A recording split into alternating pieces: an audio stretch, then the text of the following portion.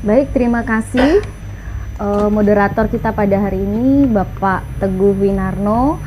Pergi ke dapur memakai sepeda Cakep. untuk membuat sayur dan lada. Cakep. Pak Teguh moderator yang luar biasa. Terima kasih atas kesempatannya. Mantap. Selamat pagi, Assalamualaikum warahmatullahi wabarakatuh. Shalom. Waalaikumsalam. Om Swastiastu, Namo Buddhaya, dan salam kebajikan bagi kita semua. Yang terhormat Kepala Badan Pengembangan dan Informasi Desa Daerah Tertinggal dan Transmigrasi, Bapak Dr. Ivanovic Agusta SP MSI, serta seluruh pimpinan tinggi madya di lingkungan Kementerian Desa, Pembangunan Daerah Tertinggal dan Transmigrasi. Yang terhormat Bapak Sekretaris Badan Pengembangan dan Informasi Desa Daerah Tertinggal dan Transmigrasi, Bapak Insinyur Razali. Yang terhormat Ibu PLT Kapus Datin, Ibu Jasneti Umar. Yang terhormat juga Bapak Kapus Bangjak sebagai host kegiatan kita pada hari ini, Bapak Agus Kuncoro.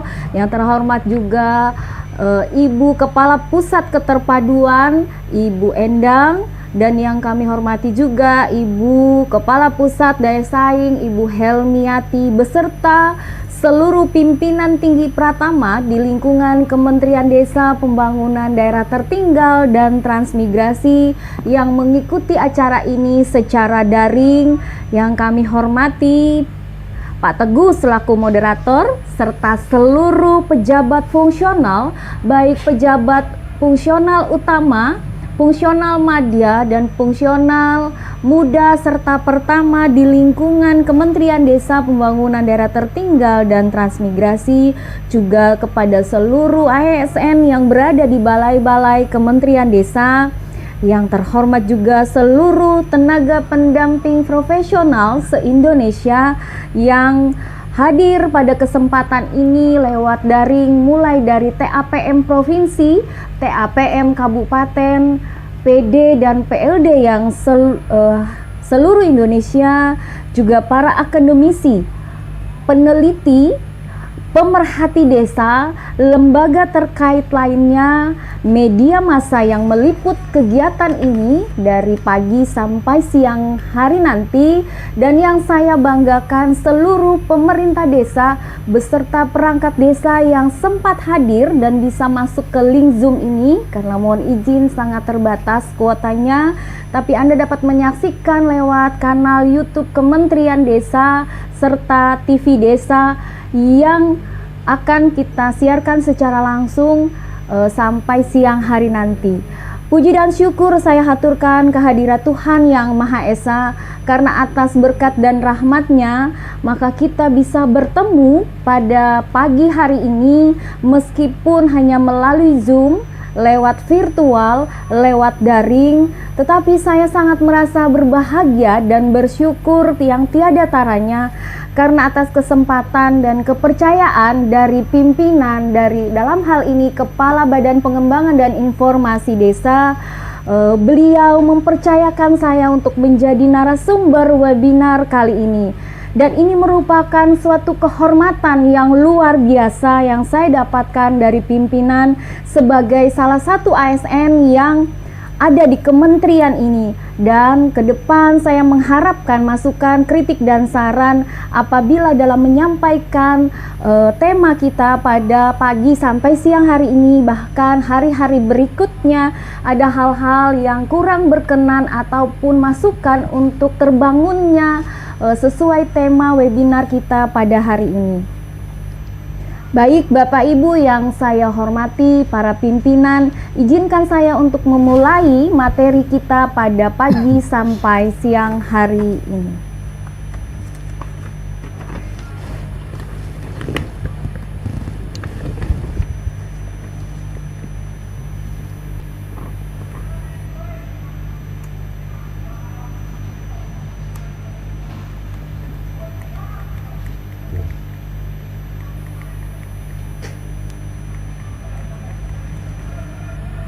Belum on. Oh, itu. Baik Bapak Ibu, tema kita adalah bagaimana menerapkan hasil SDGs desa ke dalam RKPDes dan RPJMdes. Tentunya sebelum kita memulai, kita harus mengetahui terlebih dahulu apa yang memayungi RPJMdes, penyusunan RPJM dan RKPDes. Yang pertama itu adalah Permendes 21 tahun 2020 tentang pedoman umum pembangunan desa dan pemberdayaan masyarakat desa.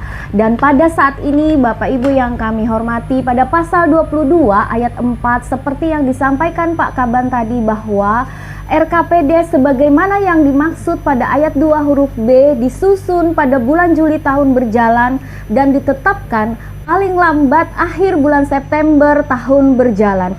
Jadi Bapak Ibu perangkat desa, kepala desa, pada saat ini Bapak Ibu dipersilakan untuk menyusun yang namanya perencanaan pembangunan desanya sampai nanti ditetapkan pada tanggal 31 September tahun berjalan atau tahun berkenaan.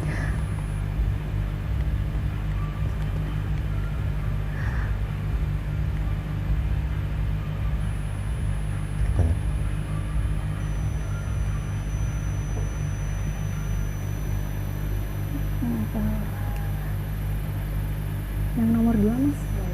Saya nomor 3. Nomor 3.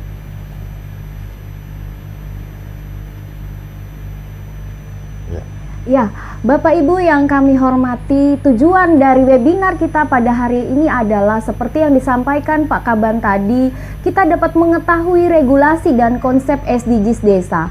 SDGs desa ini bagi Kementerian Desa dan pemerintah desa bukanlah hal baru, karena ini sudah kita dengung-dengungkan dan sudah kita laksanakan sejak tahun 2021. Nah, jadi untuk tujuan dan harapan dari materi ini, saya pikir kita pasti punya kesamaan persepsi, punya kesamaan konsep yang sama, karena seringkali Bapak Menteri Desa selalu menyampaikan tentang lahirnya konsep SDGs ini dan bagaimana ini bisa digunakan. Demikian juga pengetahuan-pengetahuan lain, transfer knowledge lainnya yang disampaikan oleh para pimpinan di lingkungan Kementerian Desa tidak lepas dari bagaimana konsep SDGs itu harus diterapkan di desa. Dan yang kedua, kita mengharapkan mengetahui dan memahami tahapan proses pembacaan dan pemanfaatan data SDGs ini, sehingga pada akhirnya ketika kita memahami, kita dapat menyusun dokumen RPJM dan RKPDes yang tertuang di dalam regulasi Permendes 21 tahun 2020 yang telah diimplementasikan sampai pada saat ini. Bapak Ibu yang kami hormati, bayangkan ya jika ada warga desa yang bertanya kepada kita, ya, khususnya Bapak Ibu pemerintah desa dan perangkat desa, apa itu SDGs desa? Untuk apa pendataan ini kita lakukan?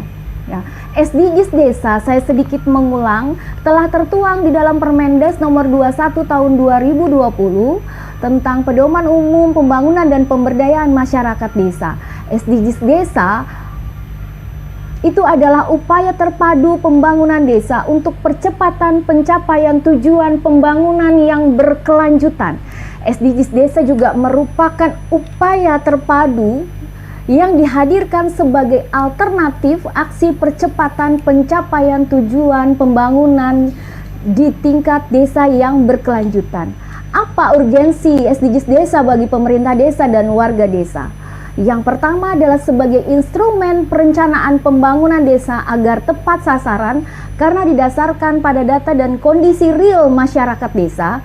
Umumnya ya, rencana pembangunan desa itu tidak didasarkan pada data yang akurat, sehingga tentunya akan menghasilkan pembangunan desa yang tidak tepat sasaran.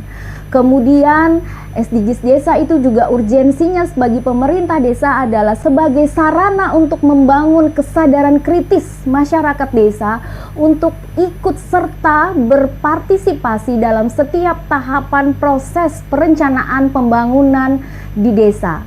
Dan yang ketiga, SDGs desa urgensinya adalah sebagai salah satu proses demokratisasi di desa dan proses pembelajaran serta pendewasaan bagi masyarakat desa melalui kepemilikan dan pemanfaatan data, sekali lagi melalui kepemilikan dan pemanfaatan data desa.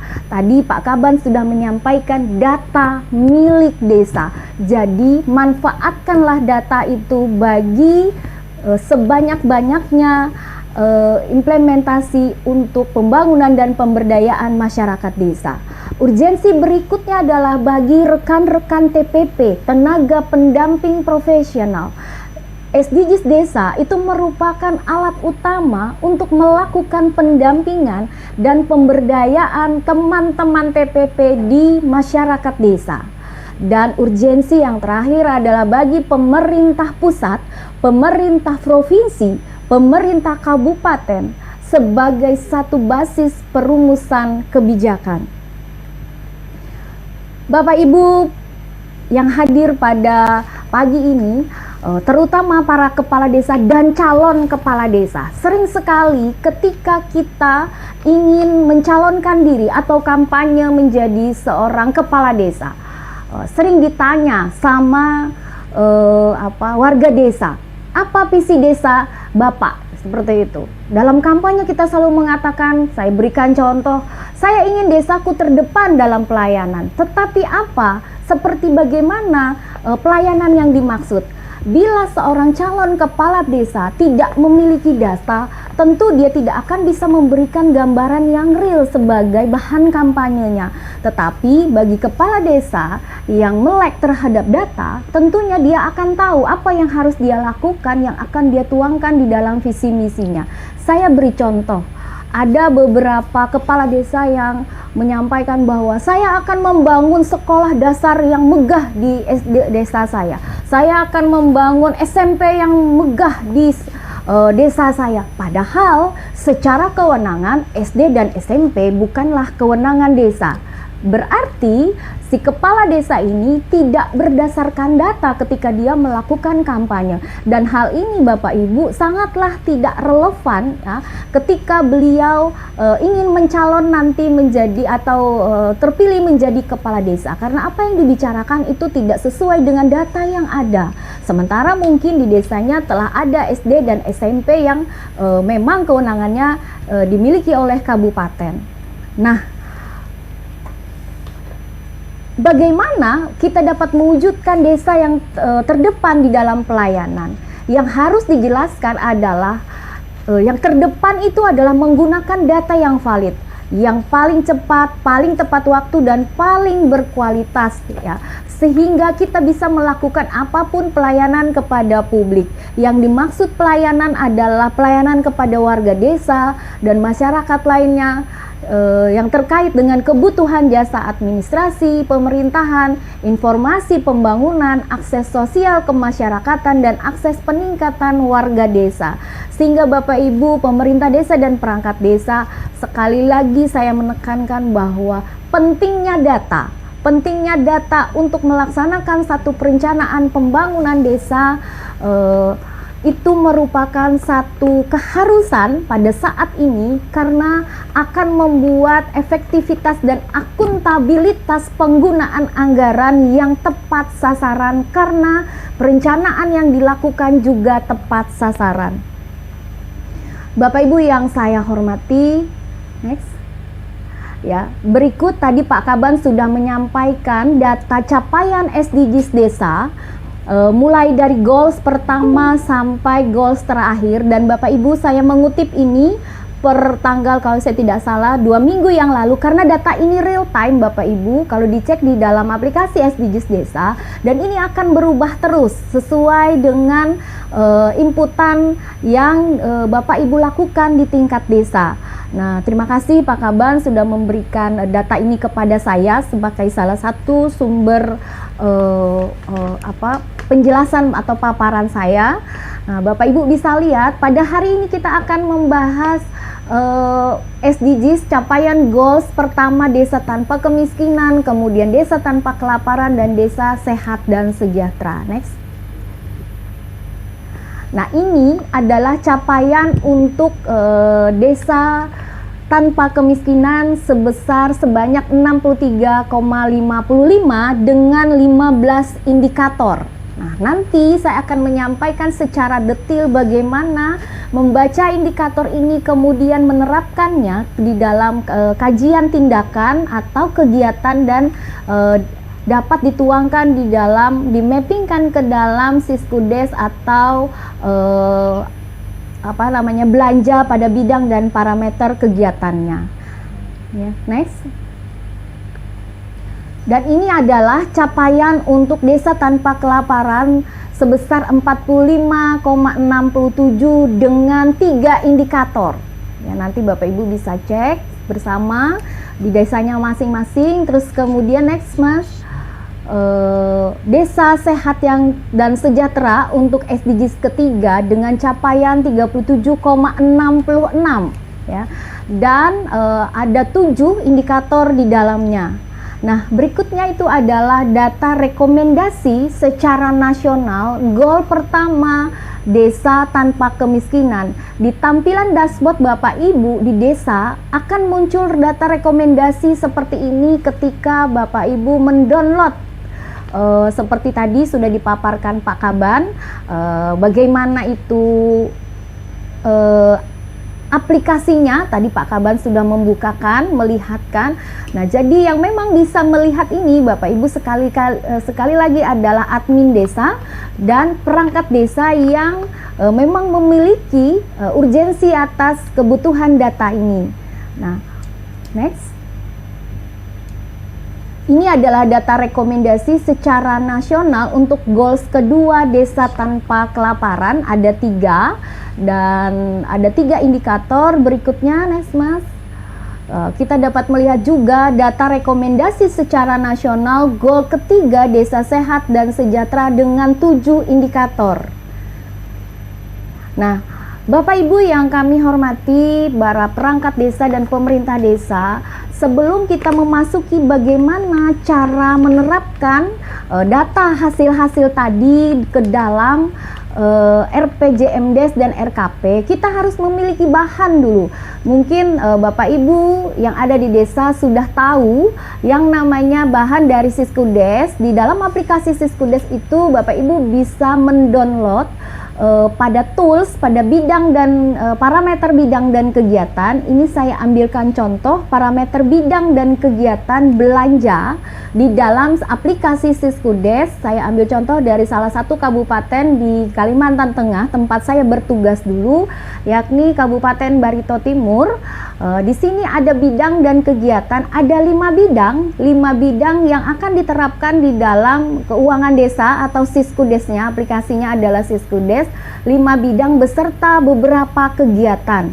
Tentunya Bapak Ibu, pemerintah desa dan perangkat desa sudah tahu dalam 5 bidang ini kegiatan-kegiatan di kode 90 sampai 99 itu dipersilakan oleh Permendagri 20 tahun 2018 untuk kabupaten kota dan desa menambahkan jenis-jenis kegiatan yang sesuai dengan penamaan atau yang kurang daripada kode-kode akun belanja di dalam rekening ini.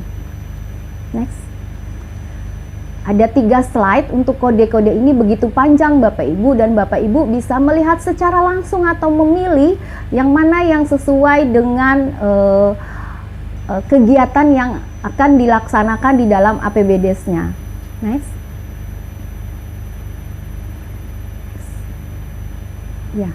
Baik Bapak Ibu, kita mulai dengan goal nasional pertama SDG 1, 2, dan 3, desa tanpa kemiskinan, desa tanpa kelaparan, desa sehat dan sejahtera. Alur pikir pada RKPDes tahun 2022, ya, kita berkonsep kepada berbasis data SDGs dan IDM.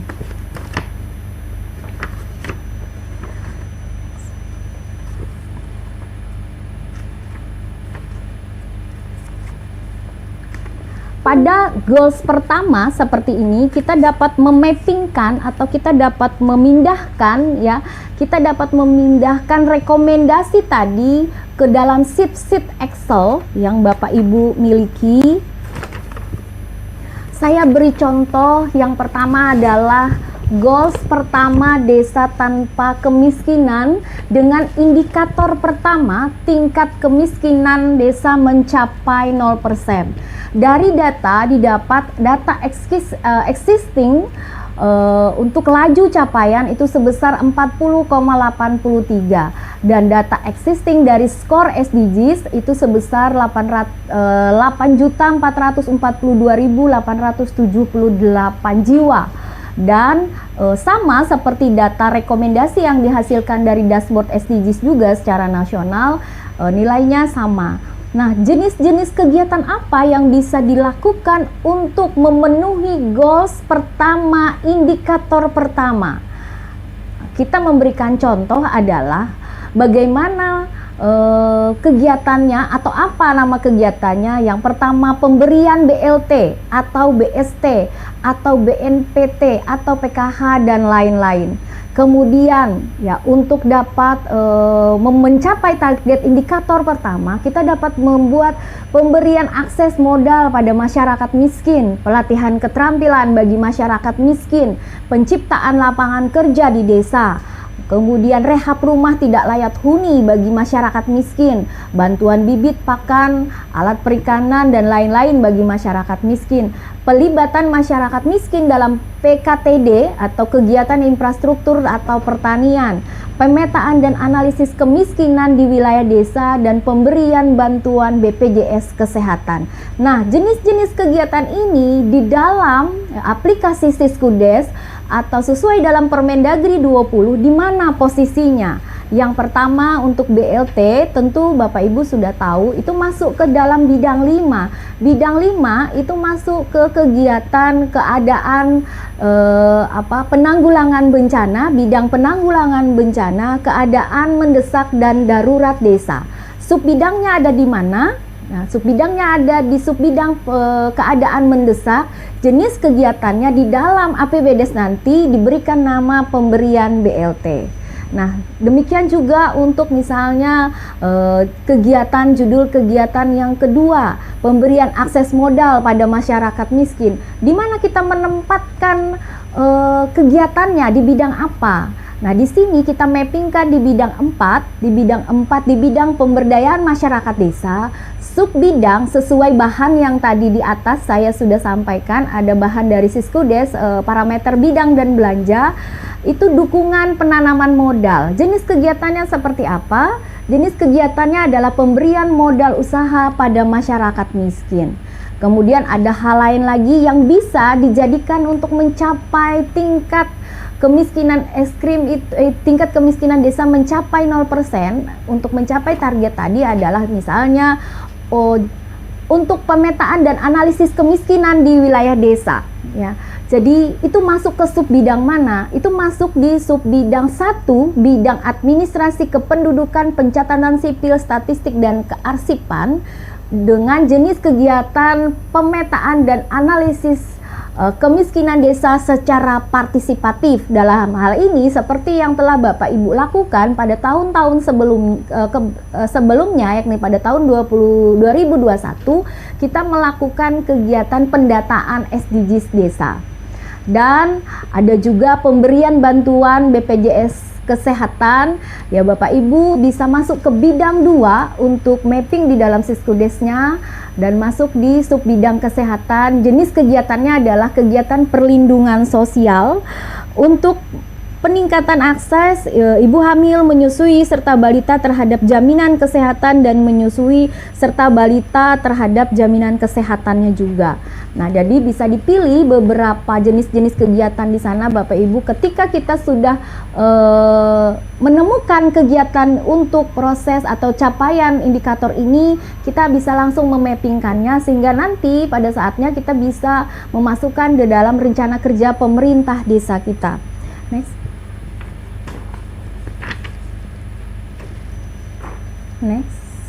Kemudian tingkat kemiskinan ekstrim mencapai 0% untuk goals pertama ini di indikator kedua. Data existingnya adalah 46,02. Kita juga menemukan data existing yang sama di dalam skor dan di data rekomendasinya. Nah, secara umum Bapak Ibu, jenis kegiatan yang bisa dilakukan untuk mencapai target indikator ini adalah pemberian beasiswa bagi masyarakat usia sekolah. Nah, siapa sih target yang akan kita berikan tingkat kemiskinan ekstrim itu? Ya tentunya pertama bagi para pelajar usia sekolah adalah pemberian beasiswa bagi masyarakat miskin usia sekolah.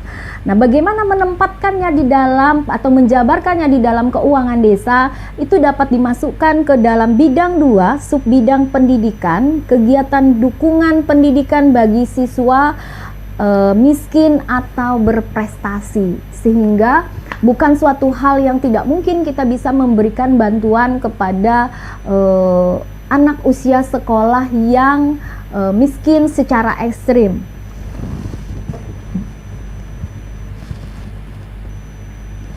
Kemudian ada kegiatan lainnya adalah pemberian keterampilan bagi masyarakat miskin. Ya, bagaimana masyarakat miskin itu bisa berdaya? Tentunya pemerintah desa mempunyai kewajiban untuk mensupport dan membantu masyarakat miskin ekstrim tersebut. Nah, pelatihan keterampilan ini bisa kita mappingkan atau bisa kita lakukan di dalam Siskudes itu untuk belanja di bidang 4, pemberdayaan masyarakat, dengan subbidang dukungan penanaman modal, kegiatan pembentukan, fasilitasi, pelatihan atau pendampingan kelompok usaha ekonomi produktif, dan seterusnya Bapak Ibu. Juga terkait dengan indikator presentasi warga miskin, kemudian presentasi warga desa peserta SJSN bidang ketenaga kerjaan, seperti itu. Kita sudah coba mappingkan, kita sudah coba mencari atau menemukan kegiatan-kegiatan apa yang bisa dilakukan untuk dapat mencapai target dari indikator tersebut. Next.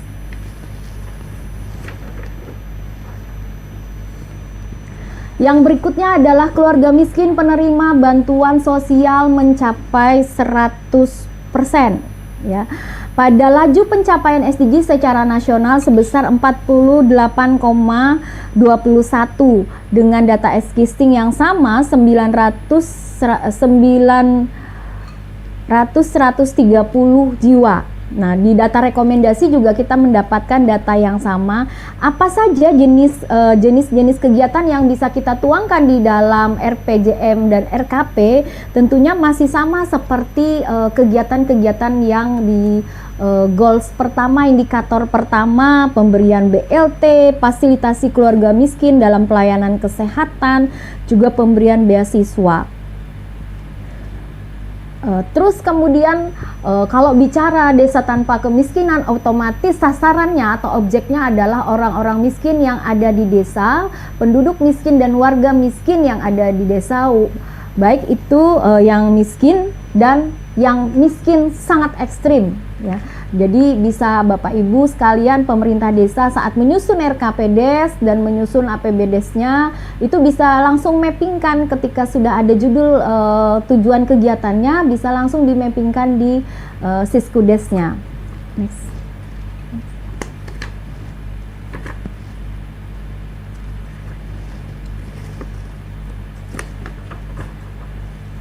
Kemudian kita ke goals yang kedua Bapak Ibu, desa tanpa kelaparan.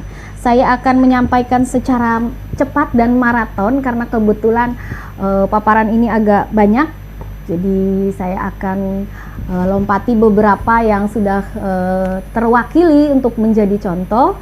Yang kedua adalah goals kedua desa tanpa kelaparan. Dengan ada tiga indikator.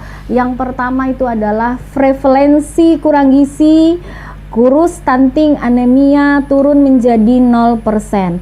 Data nasional laju pencapaiannya adalah 99,79%. Dengan data existing yang sama di 13.816 jiwa. Nah, kegiatan-kegiatan apa yang dapat dilakukan untuk sedikit lagi ya mencapai 100%? Ada 4 kegiatan yang bisa kita lakukan. Yang pertama adalah pemberian makanan tambahan bagi balita dan ibu hamil serta menyusui. Saya rasa ini merupakan program yang sudah dilakukan oleh pemerintah pusat sampai ke pemerintah daerah dan pemerintah desa terus secara kontinu, secara terus-menerus. Ya, mungkin sejak saya masih kecil juga ini seperti ini sudah ada Bapak Ibu lewat kegiatan-kegiatan Posyandu, maka tidak sulit untuk memappingkannya di dalam kegiatan atau belanja di keuangan desa, yaitu di bidang 2, di sub bidang kesehatan dengan nama kegiatan penyelenggaraan Posyandu, dalam hal ini pemberian makanan tambahan, kelas ibu hamil, kemudian PMT lansia dan lain sebagainya.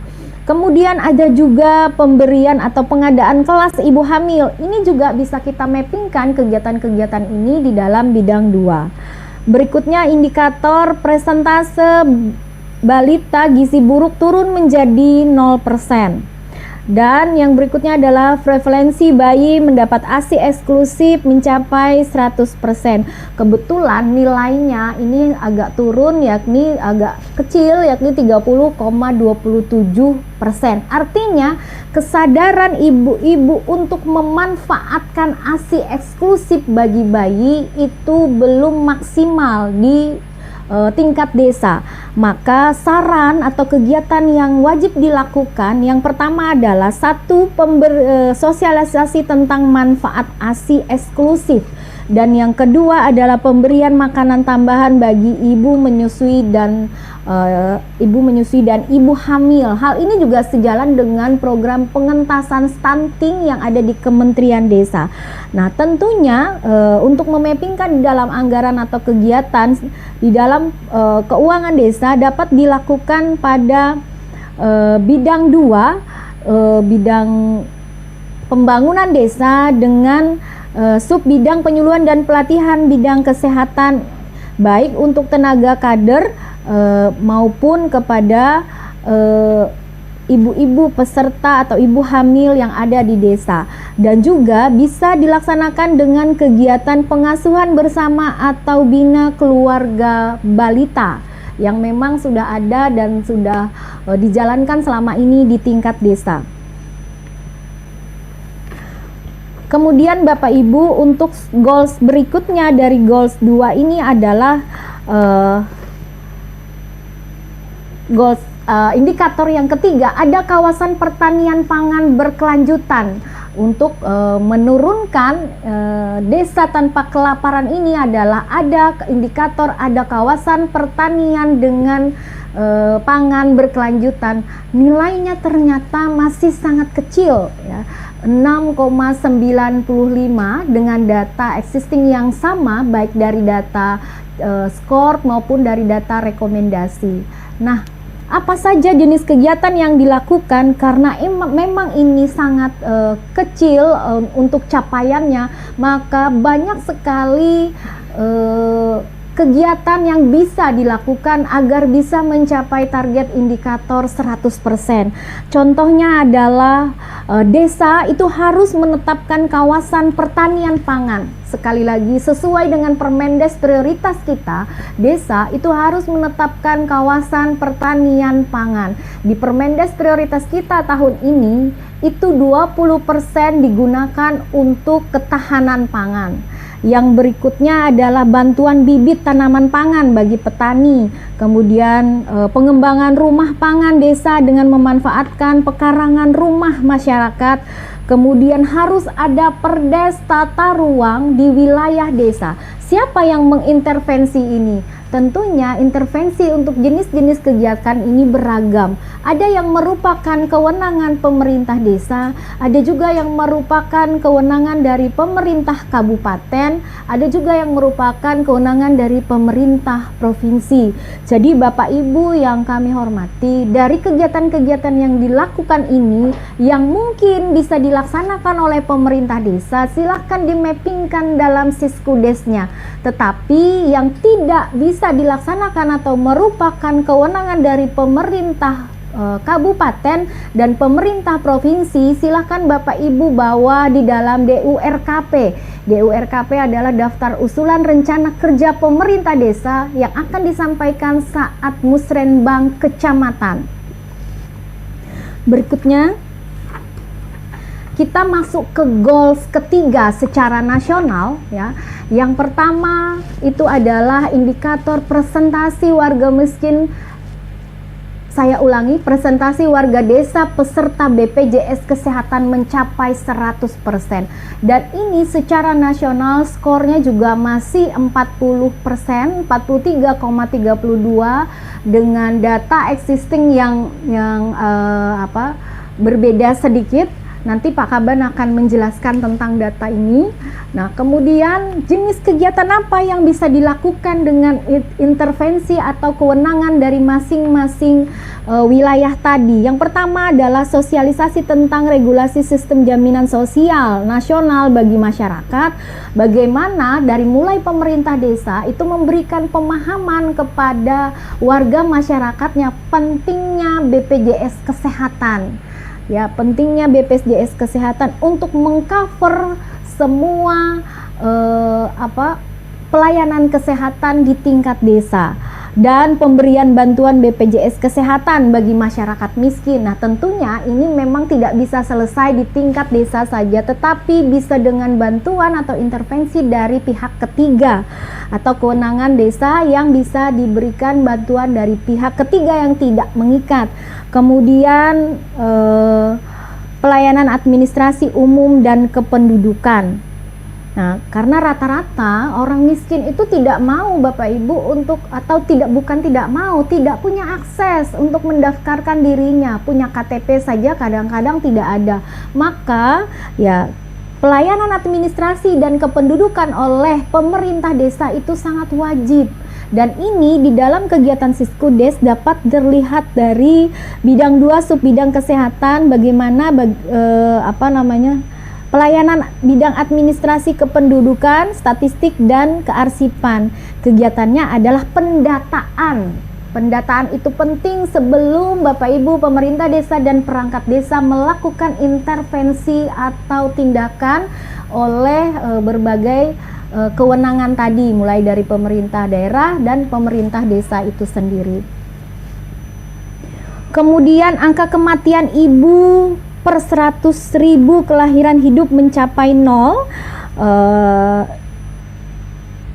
Kemudian ada persalinan fasilitas pelayanan kesehatan dan menggunakan tenaga kesehatan terampil mencapai 100%.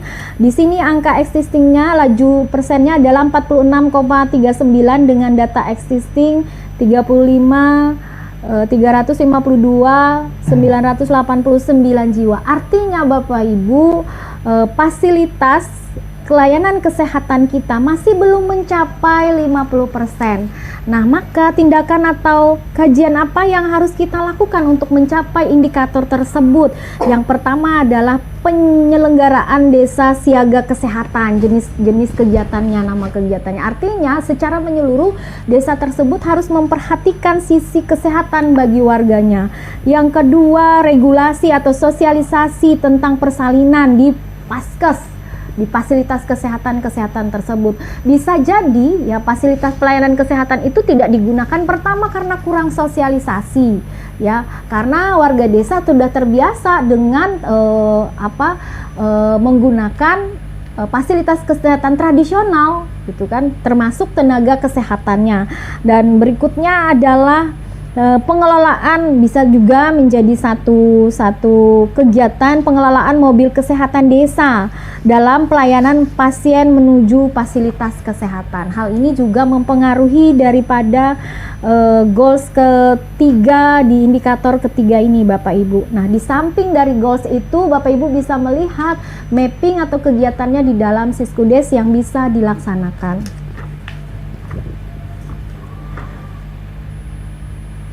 Kemudian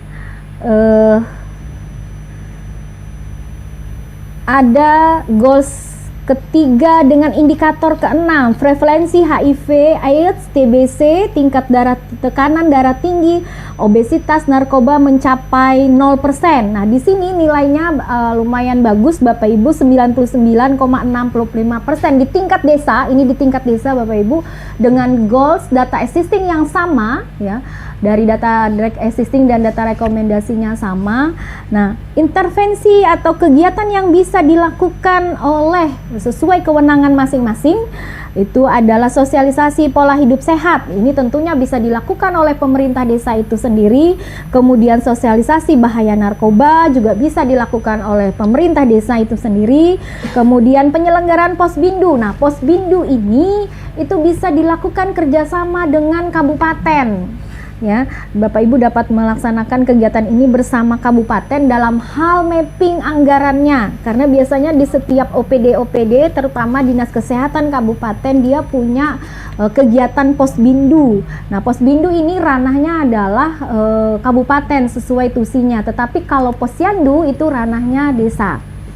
Nah, kemudian penyuluhan pengobatan HIV, TBC, tes darah tinggi dan sebagainya. Intinya pelayanan kesehatan di sana Bapak Ibu. Dan nilai 99,65% di tingkat desa itu merupakan nilai yang bagus. Nah, berarti kita lebih kepada sosialisasi, kemudian evaluasi dan monitoring yang selalu dilaksanakan. Artinya ini sejalan dengan kegiatan-kegiatan yang yang sesuai dengan capaian untuk capaian indikator ini.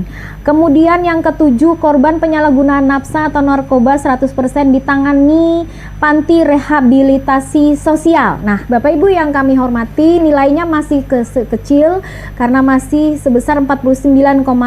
Karena memang Bapak Ibu untuk goals ketiga, indikator ketujuh ini merupakan ya kalau dari sisi kewenangan ini masih merupakan kewenangan pemerintah kabupaten.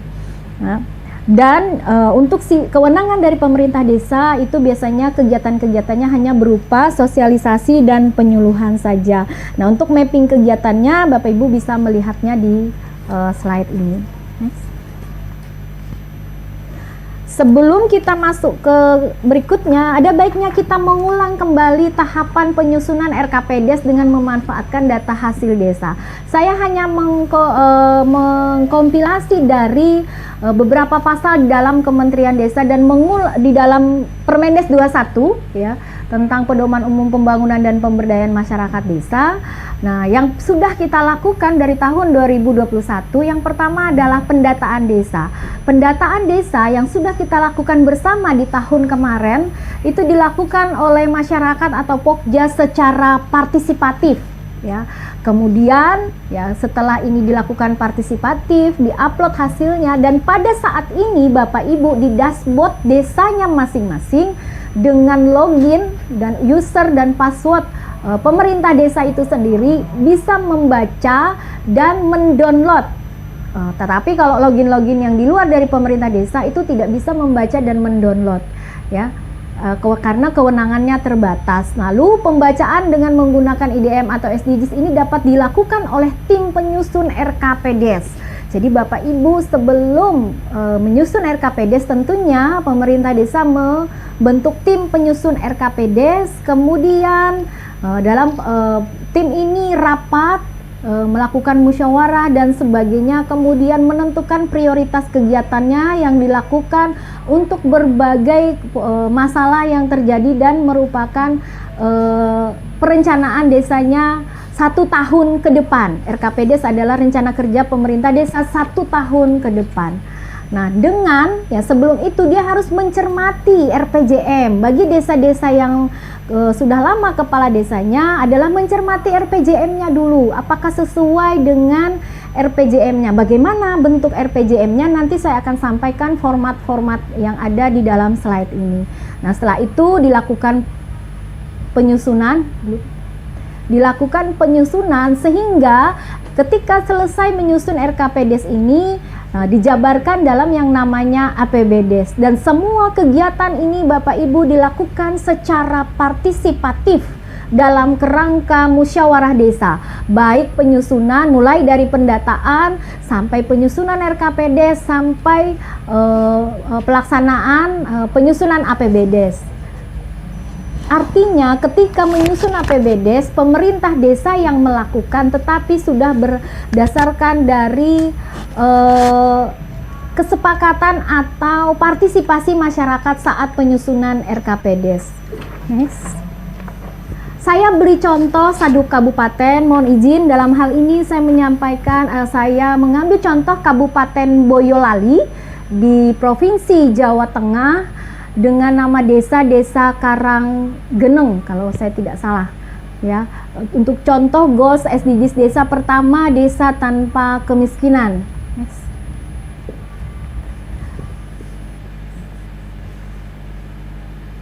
Ya, ini adalah mapping yang kita lakukan sesuai dengan goals nasional tadi.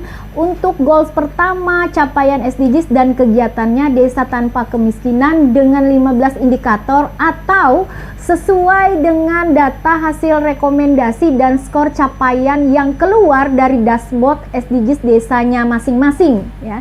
Seperti ini untuk Desa Karanggeneng ini di Kecamatan Boyolali, Kabupaten Boyolali, Provinsi Jawa Tengah ini tingkat kemiskinan mencapai 0% sebesar 58,49% dengan data eksisti atau data rekomendasi adalah sebesar 223 jiwa.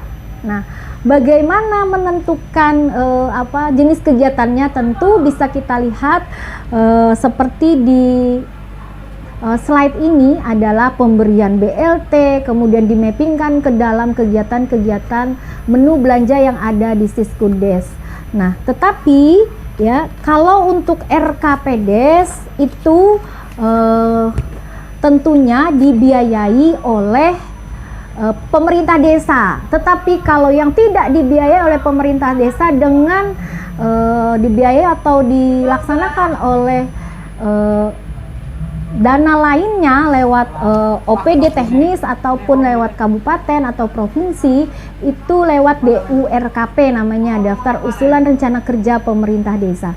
Dapat juga kita mappingkan di dalam ini tetapi tidak masuk ke dalam belanja di Siskudes. Nah, seperti ini Bapak Ibu bisa lihat, dan saya menambahkan ranking di sana. Untuk data ini saya menambahkan ranking karena ranking ini akan masuk ke dalam daftar prioritas ya, dari misalnya yang skor yang ranking 1 itu kita ambil dari yang skornya atau laju pencapaian SDGs-nya paling tinggi ya.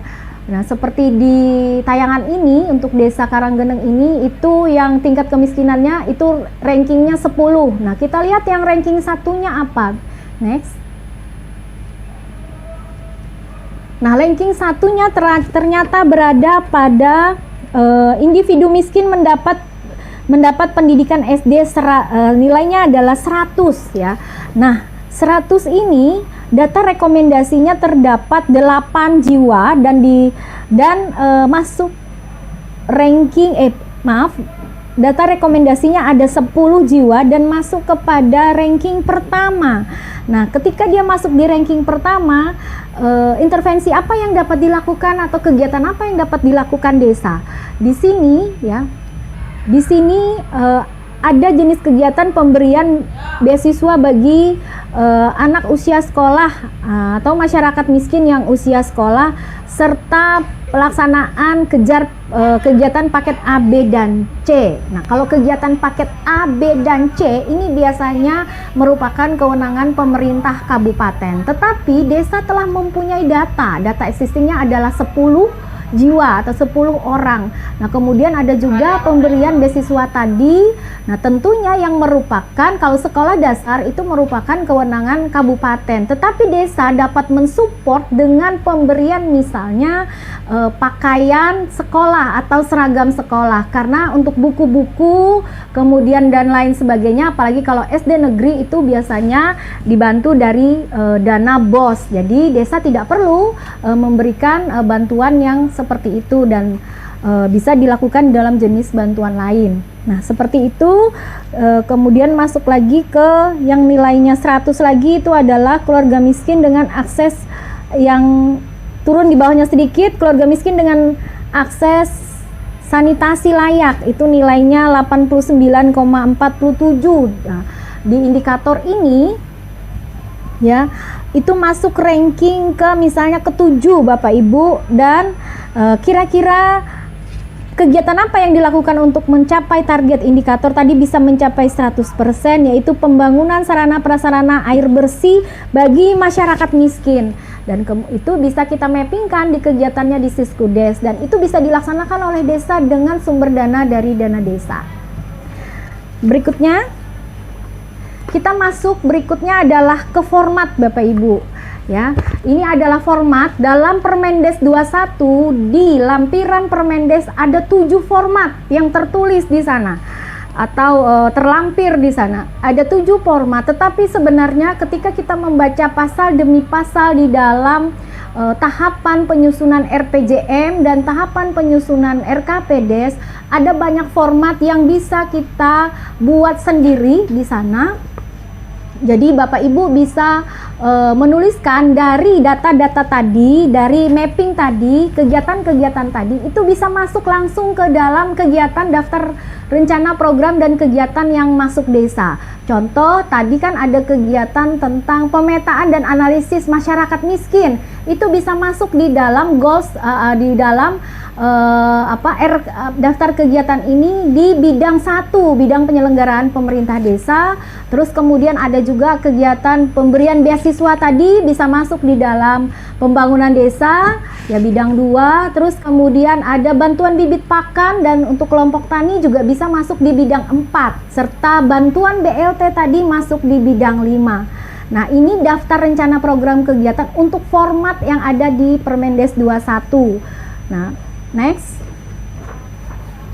Kemudian format berikutnya adalah format rancangan rencana kerja pemerintah desa Bapak Ibu. Rancangan ini baru rancangannya, rancangan kerja pemerintah desa, sama seperti tadi, dari daftar tadi kita pindahkan ke daftar ini, ke format ini sesuai dengan data kita. Nah, yang berbeda di sana adalah dia mendukung SDGs keberapa, kemudian data existingnya dari tahun apa, dan target capaian tahunnya, misalnya untuk tahun depan, tahun 2023, lokasinya di mana, volume dan satuan kita bisa lihat dari di rekomendasi di tahun pelaksanaan tadi, di target capaian tahun pelaksanaan kita bisa ambil di sana. Terus kemudian bulannya bisa ditentukan oleh tim penyusun RKPDes tadi.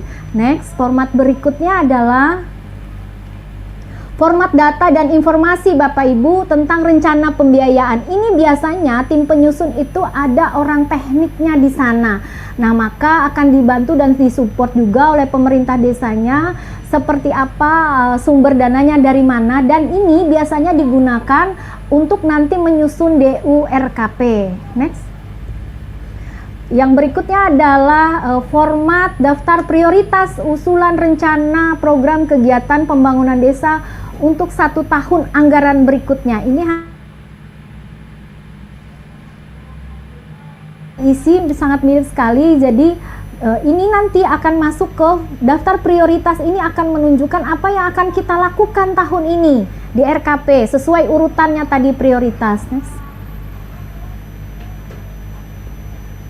Yang berikutnya adalah daftar usulan masyarakat dipilih berdasarkan tujuan SDGs. Nah, tadi di dalam mapping kegiatan per goal saya merankingkan, maka nanti Bapak Ibu pemerintah desa dapat memasukkan ranking-ranking tadi sesuai goalsnya, sesuai SDGs keberapa, dan rankingnya di mana yang urutan yang paling tinggi.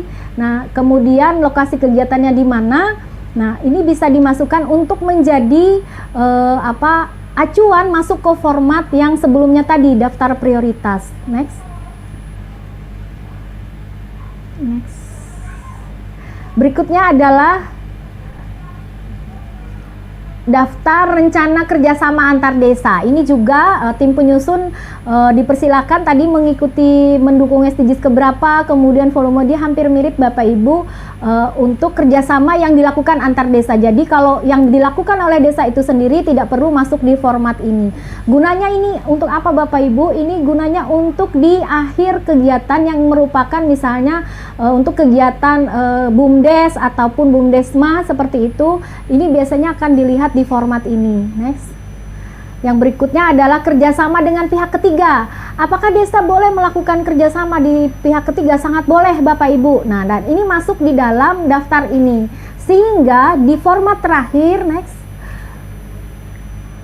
Nah, semua jenis kegiatan ini bisa masuk ke dalam yang namanya rencana kerja pemerintah desanya secara utuh dengan sumber dana masing-masing dan dikerjakan oleh siapa. Ya, dengan dikerjakan oleh siapa, tetapi masih dalam skop desa, di lingkungan desa sendiri. Ya, yang dikerjakan atau dibuat oleh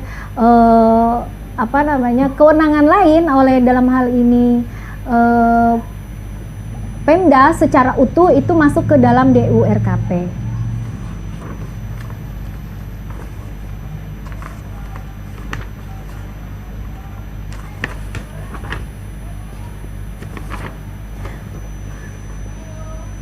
Baik Bapak Ibu yang kami hormati, demikian paparan singkat dari saya. Saya berharap bahwa ini bisa sedikit memberikan pencerahan bagi kita semua bagaimana kita membaca data tadi, kemudian memetakannya ke dalam format-format yang memang tertulis, yang memang ada di dalam Permendes 21 sebagai lampiran-lampirannya, kemudian bisa menjabarkannya di dalam APBDes, sehingga kita bisa mengimplementasikannya sesuai dengan kebutuhan